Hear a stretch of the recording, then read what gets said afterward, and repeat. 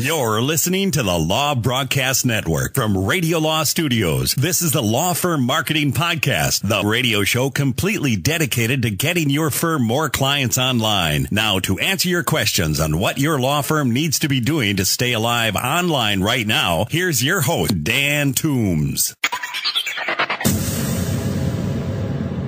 On behalf of Grow Your Firm, the Law Firm Marketing Company, welcome to the Law Firm Marketing Podcast. My name is Dan Toombs and we've got a great show ahead for you. But before we get to our feature interview with probably one of Australia's most prominent marketing strategists, I want to cap off on a few things. Firstly, a big thank you to Larry Bodine, who of course was our featured guest on last fortnight's podcast. And what a great response we had from all around the world, including a question from a firm in Greenland and another from Quebec and a few more from firms in the US and Australia. So some of those questions we've responded to directly, but there's about 5 or so that we'll hold over and we'll get Larry to respond on a forthcoming episode. They're great questions and I'm sure that all listeners will benefit from the answers. Now, remember, if you've got a question, then email questions@lawfirmmarketingpodcast.com. That's questions@lawfirmmarketingpodcast.com. As we consult with law firms on their marketing strategies in Australia and overseas, one synonymous issue that always rears its head is the whole issue of conversions. So, in other words, firms don't properly define what a conversion is in their firm. And what I mean by that is a conversion a person who contacts your firm via the contact form on your website? Is that classed as a conversion? Or alternatively, is a conversion in your firm a person or a client that is sitting across from your lawyer, kneecap to kneecap, and they've just signed the client agreement? Is that a conversion? We typically see lots and lots of firms that haven't articulated or defined what a conversion is. So if you haven't done that, trying to measure conversions can be incredibly problematic. Let me get a little bit basic. Lead generation is fundamentally important to any business, including your law firm. And we know from experience that when a person is enmeshed in a legal conundrum, they don't always contact the lawyer immediately. What they'll do is they'll try and put the issue into context, and invariably, as search engine results reveal, like Google, they increasingly go to the internet to source the information. Now, in the cycle of a consumer, they're often simply not at the stage of commitment yet.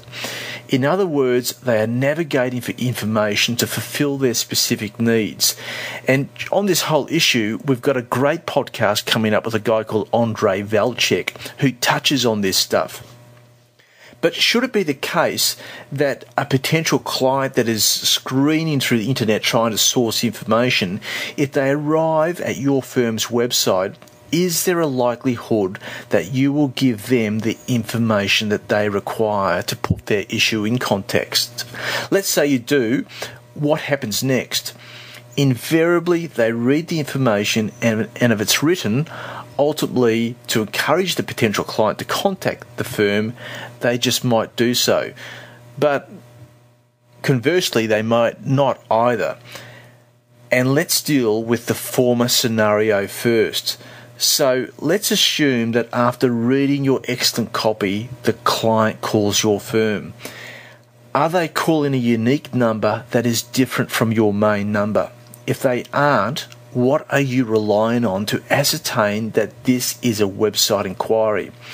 Having reception or one of your lawyers at the first consult ask the question we've found is prone to error.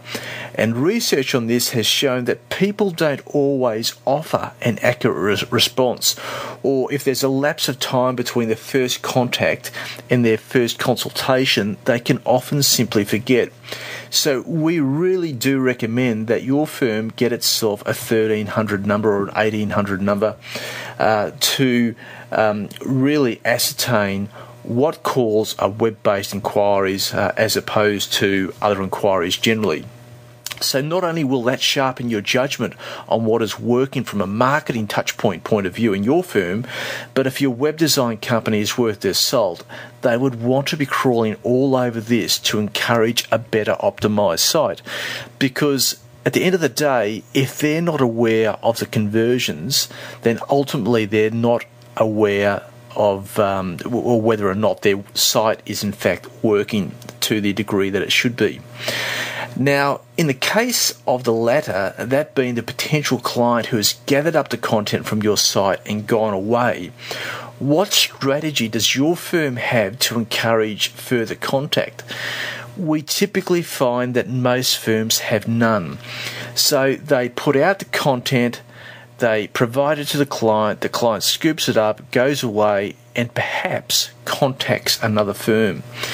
So having content on your site wrapped up as an ebook or a PDF, which your firm offers in return for an email address, is a great way to maintain engagement with the inquisitive prospect.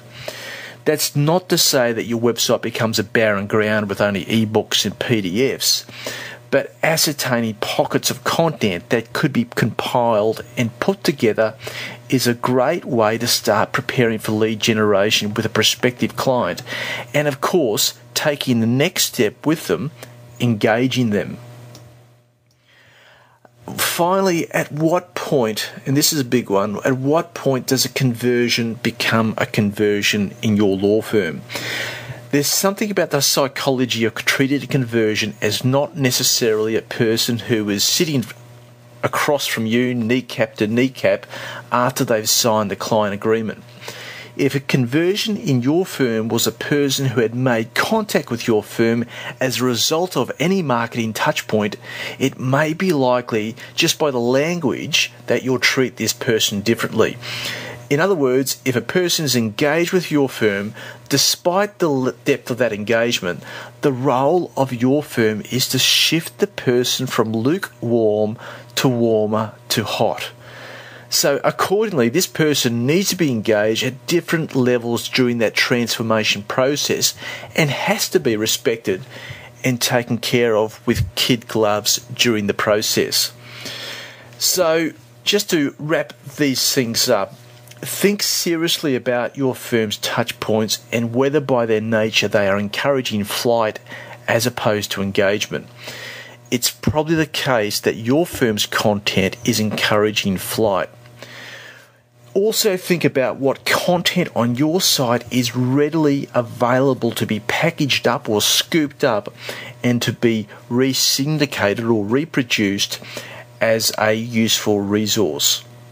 And often your Google Analytics is a great tool in defining how people are finding you anyway. So you might find, for example, that you're getting inundated with searches by people who are looking for information on how to contest a will.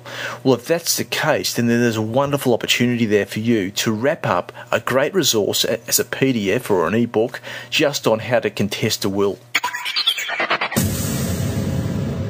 Tim Martin is probably one of Australia's most well-known internet marketing strategists, despite on his LinkedIn profile unassumingly categorising himself as an internet fishing instructor. He's the director of Two Sticks Digital and runs courses on nearly all things online under the guise of Net 101. He's a renowned speaker and speaks globally on issues relating to internet marketing. Tim, thanks for joining us on the Law Firm Marketing Podcast. When I thought about people that were quite strong in the space, your name obviously came to the fore.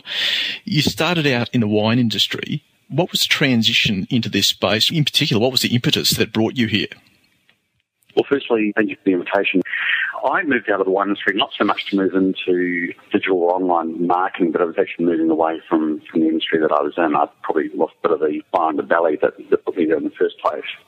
I always had an interest in online. It seems to be a very dynamic space, learn as you go. And I saw an opportunity there to really sort of get on the leading edge, given, that it was such a new thing. Mm. And so when you started the online business, I suppose, you spent a lot of time in the back rooms trying to work out how this all works. What were you doing during that time to try and get your head around a fairly dynamic space? Yeah, look, absolutely. We've got a word for it. It's called tinkering, and it seems to be a prerequisite, I think, for success in the space, that you've got to be able to tinker. I mean, literally roll your sleeves up and get your hands dirty and learn by doing. Now, that said, I did listen to a lot of fantastic podcasts, read a lot of books. I didn't get the chance to talk to many people, unfortunately, maybe because of the space I was in or the newness of the industry. But for the most part, I learned by actually doing. So I set my own website up. I played around with things. I got down and dirty with analytics and really sort of grew my confidence by learning on the fly. And that would probably be my recommendation for anyone in the space, is to